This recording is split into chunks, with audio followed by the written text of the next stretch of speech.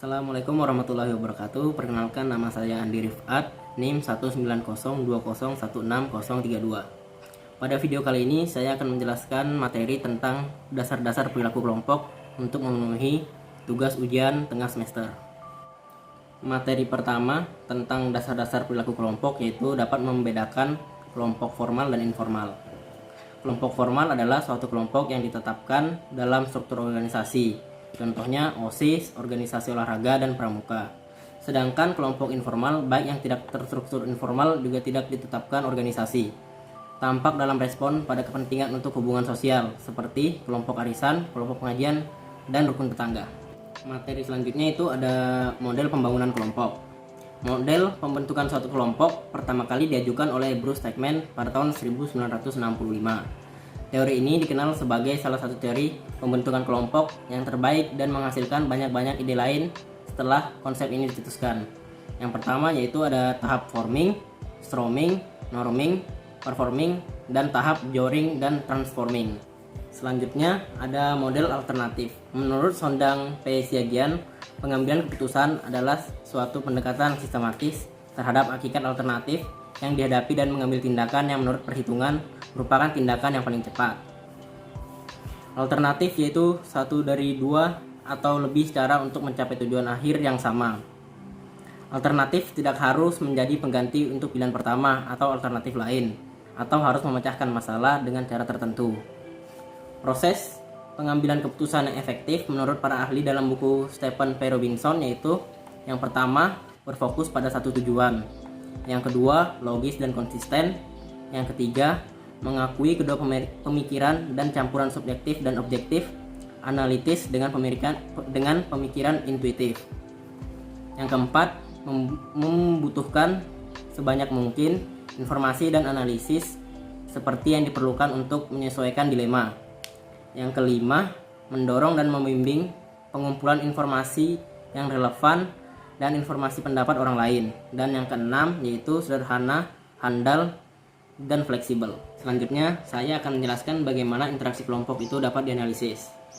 Analisis mengenai interaksi dalam kelompok yang pertama yaitu ada teori pra-eksperimental yang dijelaskan oleh McDougall yang menjelaskan bahwa jiwa massa berbeda dengan jiwa individu. Sebagai pengendali perilaku kelompok adalah naluri emosi. Naluri emosi ini membedakan perilaku kelompok yang terorganisir dan tidak terorganisir. Perbedaannya adalah pada naluri takut dan marah yang sifatnya primitif. Jika naluri primitif yang disentuh, kumpulan orang yang manapun akan bereaksi primitif atau impulsif, agresif, dan destruktif. Tetapi ada emosi-emosi yang lebih tinggi yang sama-sama tumbuh dalam kelompok tertentu. Misalnya, jika terjadi tawuran antar pelajar, maka para pejalan kaki, penumpang bus, dan dagang kaki lima tidak ikut-ikutan atau terlibat. Jiwa kelompok timbul jika terdapat 4 faktor yang menyebabkan, yaitu 1. Kelangsungan keberadaan kelompok. 2. Adanya tradisi kebiasaan adat.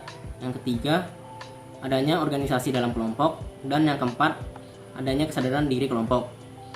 Tentang solidaritas kelompok, menurut McDougall tergantung pada yang pertama, pengetahuan tentang kelompok, dan yang kedua, attachment atau ketertarikan kepada kelompok. Selanjutnya yaitu ada materi tentang faktor-faktor kunci dalam menjelaskan perilaku kelompok. Yang pertama yaitu peningkatan produktivitas. Organisasi dikatakan produktif jika tujuan dapat tercapai dan proses pencapaian tersebut dilakukan dengan merubah masukan menjadi keluaran dengan biaya yang paling rendah, sehingga dapat disimpulkan bahwa produktivitas berhubungan dengan keefektifan dan keefisienan.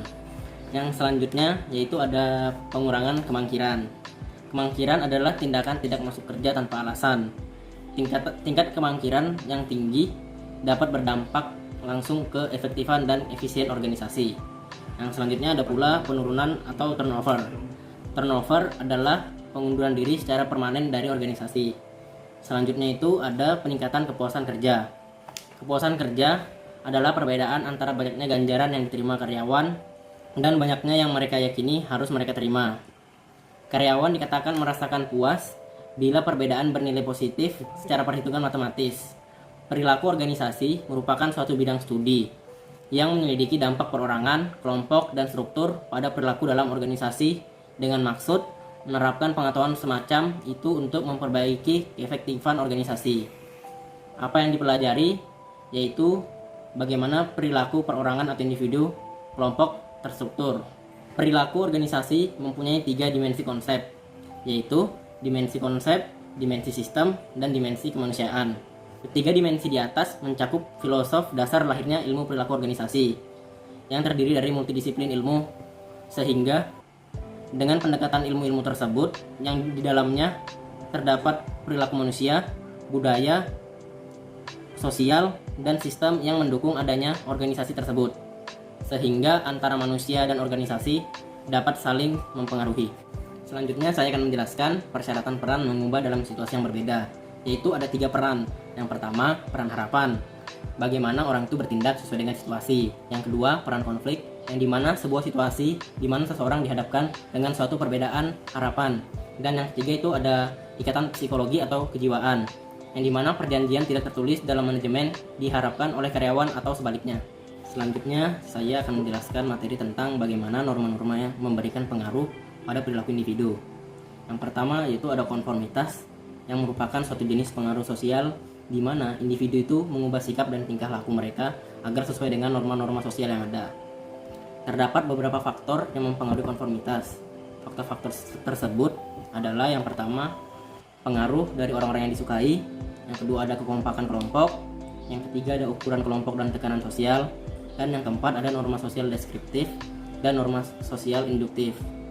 Serta ada kelompok referensi atau rujukan, yang dimana setiap orang atau kelompok yang dianggap sebagai dasar perbandingan bagi seseorang dalam membentuk nilai dan sikap umum atau khusus atau pedoman khusus bagi perilaku itu sendiri. Selanjutnya saya menjelaskan materi tentang kemalasan sosial atau social loving dan efek-efeknya terhadap kinerja kelompok.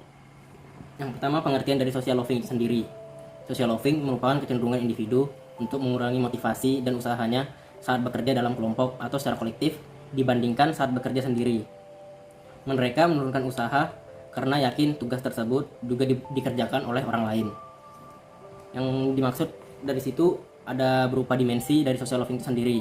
Yang pertama ada delusion effect, yang dimana individu akan mengurangi usahanya dalam kelompok karena merasa kontribusinya kecil dalam kelompok, atau mereka merasa penghargaan untuk kelompok bukan hasil dari pekerjaan mereka.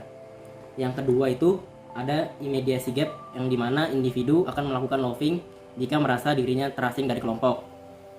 Immediacy gap ini berarti semakin jauh jarak individu dengan pekerjaannya, maka di sisi lain jarak individu dengan anggota kelompok akan semakin jauh. Selanjutnya itu ada aspek-aspek dari social loving. Menurut Myers pada tahun 2012 terdapat beberapa aspek terkaitnya social loving atau kemalasan sosial, yakni sebagai berikut.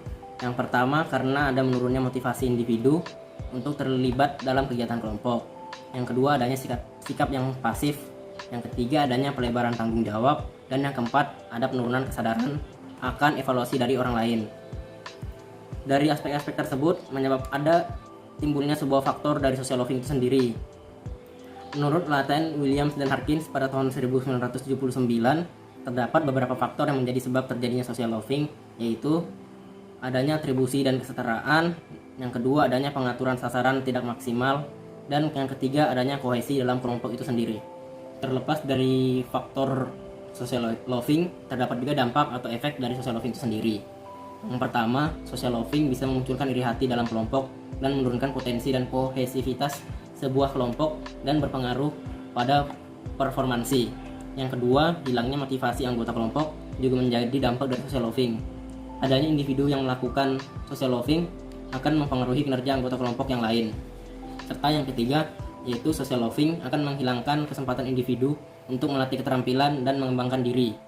Dan yang terakhir, yang keempat, individu yang melakukan social loving itu produktivitasnya akan terhambat karena harus bekerja dalam sebuah kelompok. Materi selanjutnya yang saya jelaskan yaitu manfaat dan kerugian dari kelompok kohesif.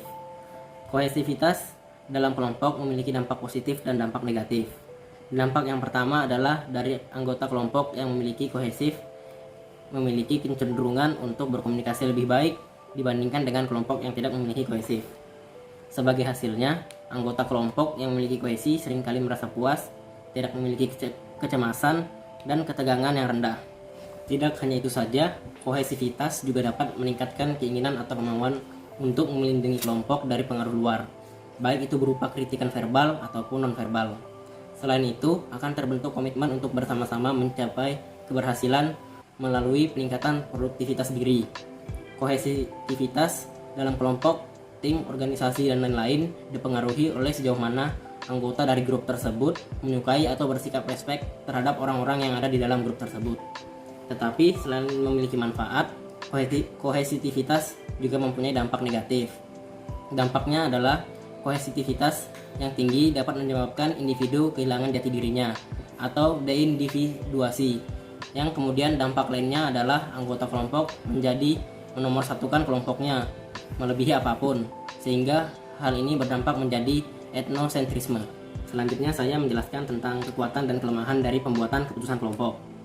Yang pertama yaitu kelebihan atau kekuatan dari pengambilan keputusan kelompok. Menurut Mansur pada tahun 1989, ada beberapa kelebihan keputusan kelompok dibandingkan dengan keputusan individual, yaitu antara lain yang pertama, informasi yang lengkap lebih mungkin diadakan. Dalam kelompok terhimpun banyak pengalaman dan pandangan daripada seseorang diri saja. Yang kedua, banyaknya alternatif yang muncul. Karena kelompok mempunyai informasi yang banyak dalam jumlah dan ragamnya, dapat mengidentifikasi lebih banyak kemungkinan. Lebih-lebih lagi, kelompok itu terdiri atas berbagai keahlian dan latar belakang pengalaman. Yang ketiga, adanya keputusan kelompok lebih diterima. Hal ini disebabkan karena keputusan kelompok lebih menelaah banyak pandangan dan pendapat, sehingga keputusannya lebih besar kemungkinan mendapatkan persetujuan lebih dari banyak orang. Dan yang terakhir itu ada yang keempat, meningkatkan kesempatan terlaksananya hak orang banyak. Keputusan kelompok lebih sesuai dengan hak demokrasi, mengingat banyaknya kesempatan oleh manajer untuk mengambil keputusan sendiri. Maka mengambil kebijaksanaan untuk memberi kesempatan kepada orang lain yang ahli untuk turut mengambil bagian dalam pengambilan keputusan adalah merupakan upaya meningkatkan legitimasi orang lain. Selanjutnya, kekurangan dari pengambilan keputusan kelompok. Yang pertama itu memakan waktu. Keputusan kelompok diperoleh dari hasil diskusi yang panjang. Banyak waktu yang dipakai untuk rapat-rapat, sedangkan pengambilan keputusan sendiri oleh manajer bisa diambil dalam waktu singkat, tepat pada saat masalahnya timbul. Yang kedua itu adanya dominasi dari minoritas. Tidak mungkin dalam suatu kelompok terwakili semua kepentingan dalam organisasi, dan barangkali hanya terdiri atas segelintir orang saja. Kesempatan ini oleh para anggota kelompok sering digunakan untuk memenangkan kepentingan orang-orang tertentu dalam organisasinya, sengaja atau tidak sengaja diwakilinya. Ada kecenderungan yang mendominasi kepentingan orang terbanyak. Dan serta yang ketiga, adanya tekanan untuk menyesuaikan. Dalam kelompok ada saja golongan yang mempunyai pengaruh dan menekan kelompok untuk menyesuaikan diri dengan kehendaknya. Dan yang terakhir, adanya tanggung jawab yang tersamar. Pada keputusan individual jelas siapa yang bertanggung jawab, tapi pada keputusan kelompok dari mereka atau para anggota tidak bisa dimintai pertanggungjawaban perorangan. Tanggung jawab perorangan luluh dalam pertanggungjawaban bersama. Selanjutnya saya menjelaskan tentang kontras efektivitas berinteraksi, brainstorming, kelompok, pertemuan nominal, dan elektronik. Yang pertama, interaksi kelompok yaitu merupakan anggota-anggota kelompok yang saling berinteraksi satu sama yang lain. Dan yang kedua ada brainstorming, yaitu teknik brainstorming adalah salah satu bentuk teknik kelompok. Pada pokoknya, teknik ini untuk menggali dan mendapatkan gagasan-gagasan dari anggota kelompok. Karena teknik brainstorming lebih berfokus pada penggalian gagasan daripada evaluasi gagasan. Semakin banyaknya gagasan yang digali, maka semakin besar peluang untuk mendapatkan solusi kreatif atas suatu masalah yang dihadapi. Namun demikian, teknik ini mengandung beberapa kelemahan, yaitu satu hanya dapat diterapkan pada masalah, yang kedua sangat memakan waktu dan biaya, dan yang ketiga hanya menghasilkan ide-ide yang dangkal. Selanjutnya ada teknik nominal kelompok. Berbeda dengan brainstorming, teknik nominal kelompok berkenan dengan penggalian dan evaluasi gagasan, sekaligus pada mulanya gagasan-gagasan digali secara nominal tanpa adanya interaksi guna menghindari hambatan dan permufakatan.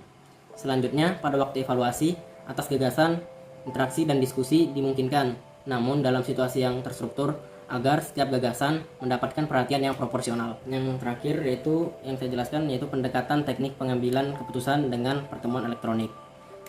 Yaitu pendekatan yang terbaru untuk pengambilan keputusan kelompok adalah mencampurkan teknik kelompok nominal dengan teknologi komputer yang canggih. Bentuk ini disebut dengan pertemuan elektronik atau electronic meeting. Jika teknologi sudah dipakai, konsepnya sederhana saja, yaitu 50 orang duduk mengelilingi meja berbentuk U atau tapal kuda, yang di sana hanya ada seperangkat terminal komputer. Masalah dipresentasikan kepada peserta pertemuan dan mereka mengetik tanggapan mereka ke layar komputer. Komentar individu serta jumlah suara diperlihatkan di layar proyeksi di ruangan tersebut. Keuntungan dari pertemuan elektronik ini yaitu penghilangannya identitas individu, kejujuran, dan kecepatan. Peserta yang tidak diketahui identitasnya dapat mengetik pesan apapun yang mereka inginkan dan pesan menekan keyboard komputer mereka. Cara ini menyediakan kesempatan bagi peserta untuk berkata benar-benar jujur tanpa ada penalti. Cara itu juga cepat karena mengobrol dihilangkan, diskusi tidak melantur, dan banyak peserta dapat berbicara sekaligus tanpa menyinggung perasaan peserta yang lainnya. Mungkin itu saja yang dapat saya jelaskan, kurang lebihnya mohon maaf. Wassalamualaikum warahmatullahi wabarakatuh.